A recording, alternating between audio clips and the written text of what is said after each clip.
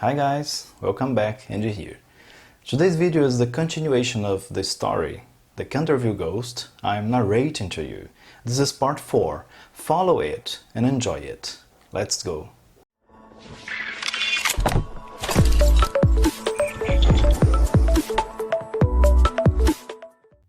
The Canterville Ghost, part 4. Enemies everywhere. For the next 5 days, the ghost stayed in his room. He was very tired and he didn't feel well. He decided to stop putting the blood stain on the library floor. The artist's family don't want it, he thought, so they're not going to have it. Ghostly appearances were different, of course. It was his job to appear in the passage once a week and to ooh and ah for the great window on the stairs on the first and third Wednesday in every month. So for the next 3 Saturdays, as usual, he walked along the passages between midnight and 3 o'clock. But he didn't want anybody to see or hear him. He took off his shoes and walked as quietly as he could. He wore a large black coat and was careful to use Tammany's sun oil on his chains. At first, he didn't want to, but one evening, while the family was at dinner, he went into Mr. Otis's bedroom and took the bottle. After a time, he saw that the oil was really very useful. But the twins still went on with their tricks. They put things in his way in dark corners, and he fell over them. They put butter on the top stair, and one night his feet went from under him and he went crashing down the stairs to the bottom. This made him very angry, and he decided to visit the boys the next night as the famous Duke with no head, and frighten them half to death. He spent 3 hours getting ready and was very pleased with how he looked. At 1:15, he walked through the wall and moved silently through the passages to the twins' bedroom. The door was open a little way. Pushing it hard, the ghost walked into the room, and a heavy jug of water fell right down on him. At the same time, he heard the twins laughing in their beds. The ghost, wet from top to bottom, turned and ran from the room. He did not stop until he was back in his room. After this, the ghost stopped trying to frighten the American family.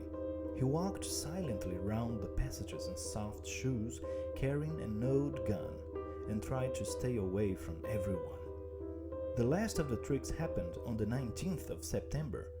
That night, the ghost was wearing one of his favorite shrouds, and he decided to walk down to the library. He wanted to see what was left of the blood stain. He was on his way there when 2 shapes jumped out of a dark corner of the passage and shouted "Boo!" in his ear. The ghost was very frightened, of course, and ran to the stairs, but Washington Otis was waiting for him there with a big garden syringe. There were enemies on all sides. "Ah!" the ghost cried, then turned quickly and disappeared into the fireplace, which, luckily for him, was not lit. When at last he got back to his room, he was terribly dirty, with black all over his favorite shroud, and very unhappy. After this, nobody saw him again at night. The twins waited to play tricks on him 3 or 4 times. They put nutshells all along the passages, which made walking around difficult for everyone in the house, but the ghost did not appear. "Oh dear, he's too unhappy to come out," they said. Mr. Otis began work again on his book.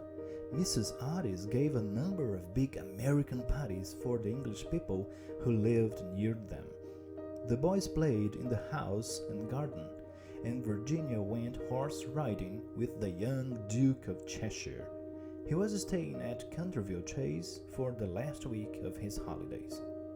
Mr. Otis wrote a letter to Lord Canterville and said, "We think that the ghost has gone away."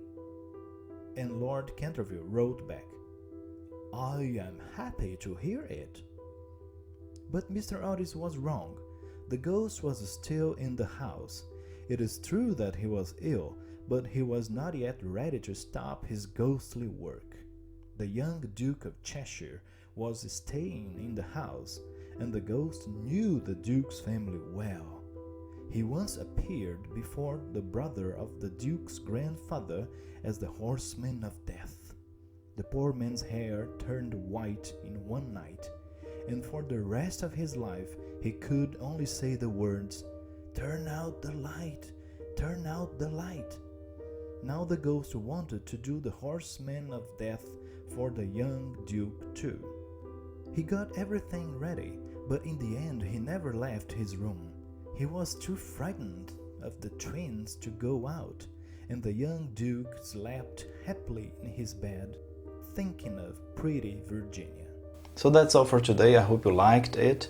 Follow the story. There are 2 more parts to finish it. Don't forget to subscribe to the channel, and see you next time.